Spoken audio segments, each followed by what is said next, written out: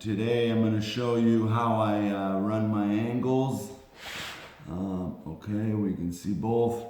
I'm going to use the taper and a 2.5 inch flusher. I use the flusher because it's honestly easier. I'll show you why. Because I clean the upper, the three-way with the flusher. I'll show you. All right. The angle head finishes it much nicer, but I don't have a 2.5 inch angle head. I only have a 3 inch and a 3.5 inch angle head. And I'm in the process of buying a mud runner or a mud shot. Mud shot's actually cheaper and it comes with a handle. So, but this is how I do my stand-ups. And I usually run them with the bazooka on the top angle too, but I decided to switch it up on this job.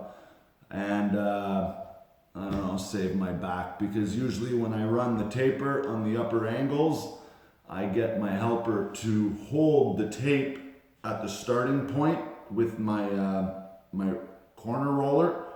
He just puts pressure on the tape while I finish the roll cut. Then he could just roll it behind me. But I'm gonna jump up on the stilts with the super taper. I'll show you all that video next. But for now, we're just using the taper before I have to clean everything. So I'm gonna do as much as I can with the taper and then clean it up and put it away. So this is how I do my stand-up corners, okay? And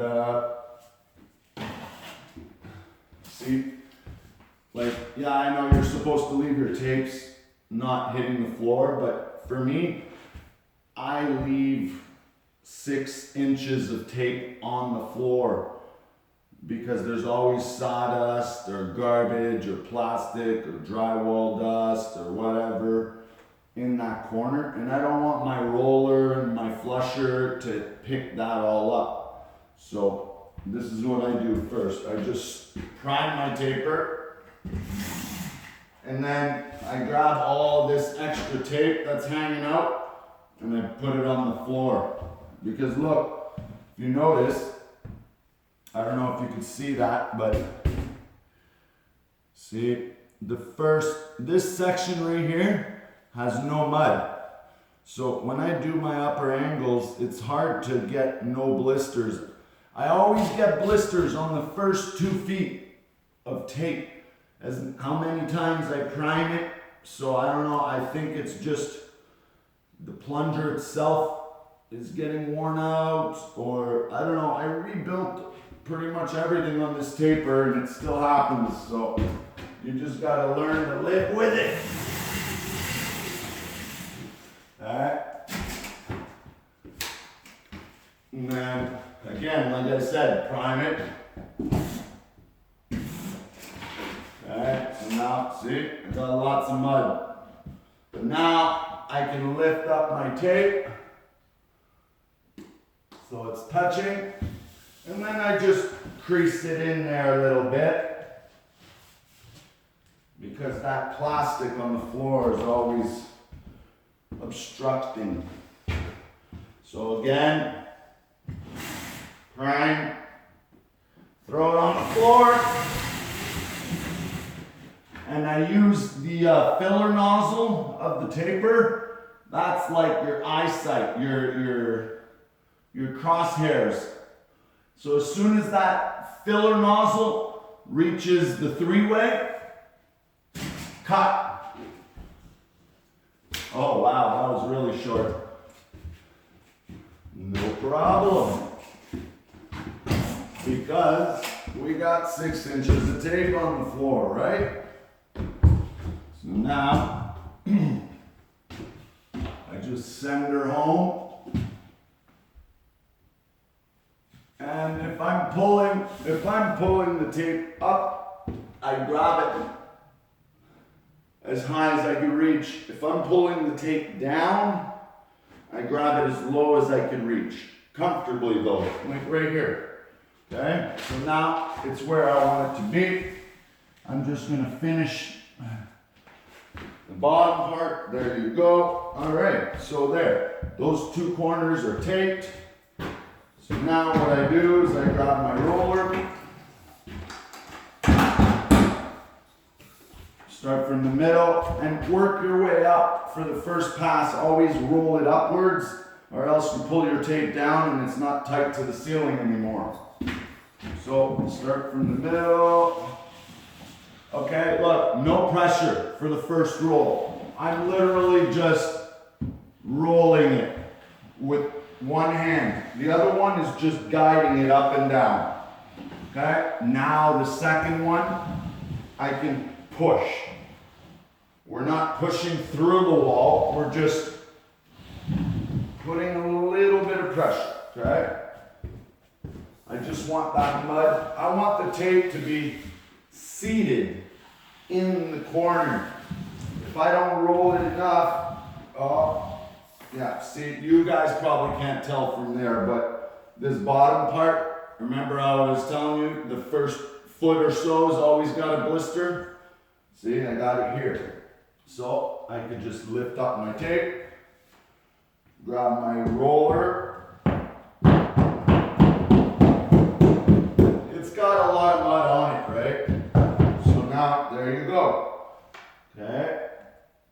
And just slightly put it into position without getting my hands all dirty. And see, now it allows me to put my roller right on the floor and not even have to worry. Yeah, it didn't even pick up anything. Beautiful. So I try not to hit the ceiling, but it's no big deal if you do, because right now my roller is actually very clean. So, because look, this is what I do with my flusher. I clean the ceiling, whatever mud is on there. Okay, so see, 2.5 inch, and this is a customized one. It's actually an old Can-Am flusher that I took my wheels, the Easy Glide wheels, off of an old flusher that I had, so it works. Now I can lightly, again, I start from the top because it's already been rolled, so now you don't have to worry about the tape sliding all over the place, right? I can start from the top, no pressure, easy. And now my big pile of mud is on the floor, flip it around, okay? Slowly. There you go. Now I can put a little bit more pressure, right? Alright? Bingo. So now I do my final pass. So what I do is I shove it right in the corner. Okay? Bring it down a couple times. Now I'm doing this left-handed just so you can see. But there's not even any mud up there, but I put it in the corner and then I pull back. And what it does is it just catches the mud on the inside of the flusher here. So it leaves that three-way nice and clean. Now I can just run it right to the floor. Then grab my putty knife and I clean that mess up. So now that's good. Baseboards will be nice and square, nice and clean. Everybody's happy. Okay, again, run it to the floor, flip it, do it up, flip it, clean my ceiling. My ceiling's clean. Now I push hard, leave it on the floor, clean it up with the putty knife.